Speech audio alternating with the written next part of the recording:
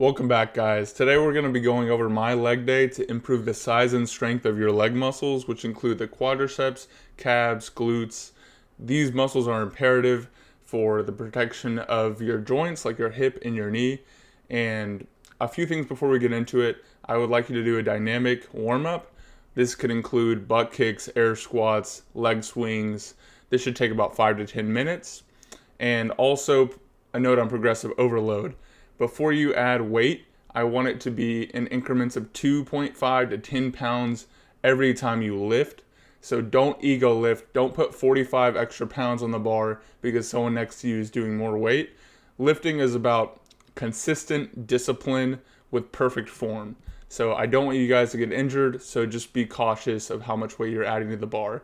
Ensure you have perfect form before you go up in weight. For all of my resistance training, I like to have the big compound movement up first. Today that's going to be the low bar back squat.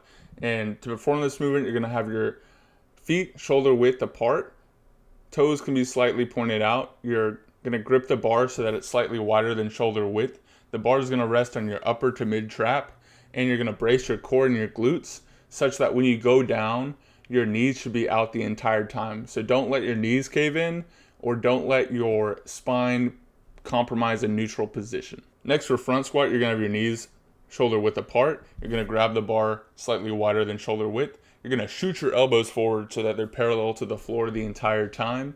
You're gonna slowly lower the weight, and the goal on the front squat is to have your hamstrings touch your calves each rep. Don't bounce at the bottom, slow and controlled on the way down, and then shoot up as fast as you can without the use of momentum. Next is my personal favorite, the Barbell Cabarets. I do 3 sets of 20 repetitions.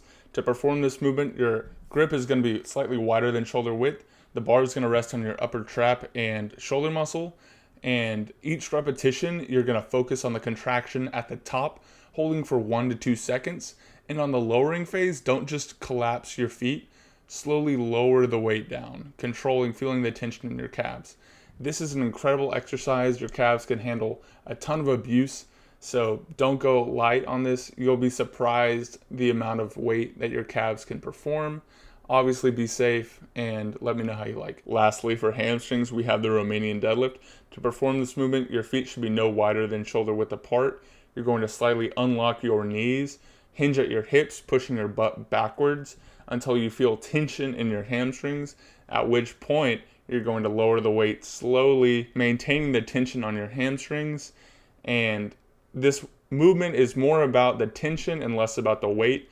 So I like to do 3 sets of 12, really burning out my hamstrings. And for the cool down, I recommend a static stretch for the glutes, for the quads, for the hamstrings, for the calf muscle. Anything that's sore, I'd recommend you do 15 to 30 seconds of a static stretch, and then repeat that twice. And this should allow you to be less sore the days following this workout, because leg day is notorious for DOMS or delayed onset muscle soreness. So try adding a cool down with a static stretch, see how that impacts your soreness. In conclusion, guys, I hope you enjoyed this leg day, and if you thought it was useful, please like and subscribe.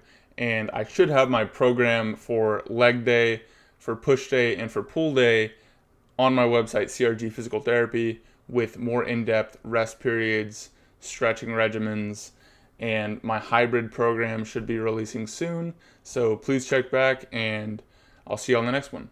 Peace.